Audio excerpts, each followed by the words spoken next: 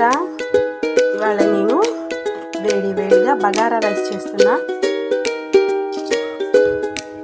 చూసారు కదా, మా పిల్లలు వెళ్ళమన్నారు.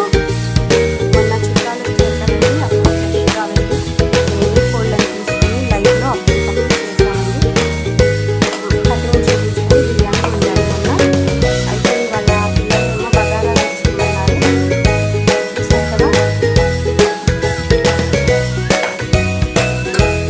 బగారా రైస్ టమాటో ఇందులోకి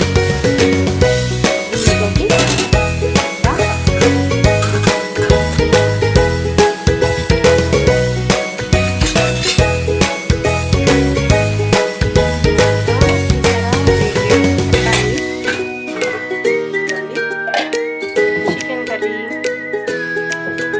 చూసారు కదా, ఇవాళ ఆఫ్టర్నూన్ లంచ్కి ఇది ప్రిపేర్ చేశాను నేను.